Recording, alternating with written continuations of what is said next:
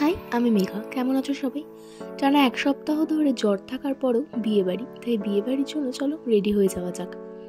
তাই প্রথমে আমি ময়শ্চারাইজারটাকে ভালো করে মুখে আমি অ্যাপ্লাই করে নিচ্ছি এবং তারপর একটা লিপ বাম নিয়ে আমার লিপটাকে ভালো করে ময়শ্চারাইজ করে নিচ্ছি।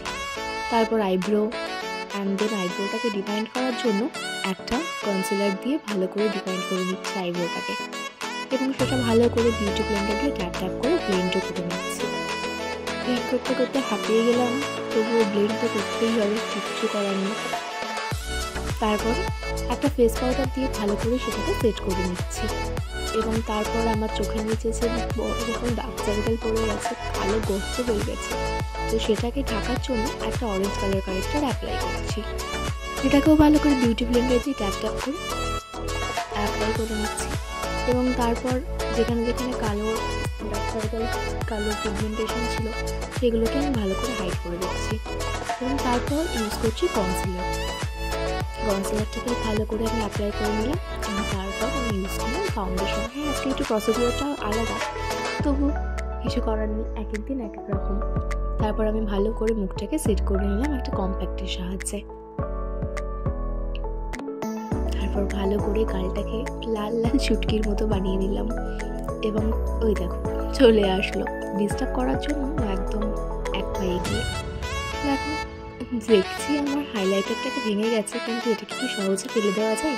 তাই যতদিন নাও শেষ হচ্ছে আমি তো ইউজ করেই যাব।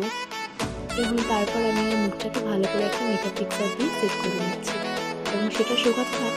তারপর আমি ডিসাইড করে নিলাম কি আইলিপ করবো।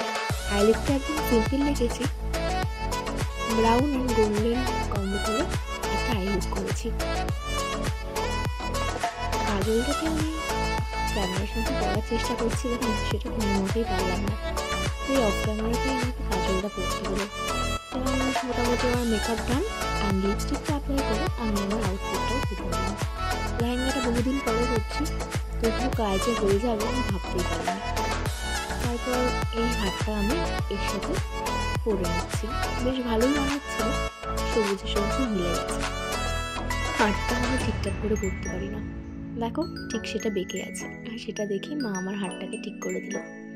তারপর আমি আমার কানের দুলটা বার করে নিচ্ছি, আর দেখো কাশি দেখেই বুঝতে পারবে কাশিতে আমি একদম নাজেহাল অবস্থায় হয়ে গেছি।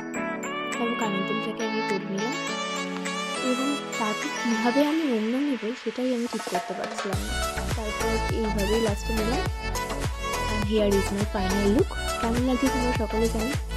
তো আজকে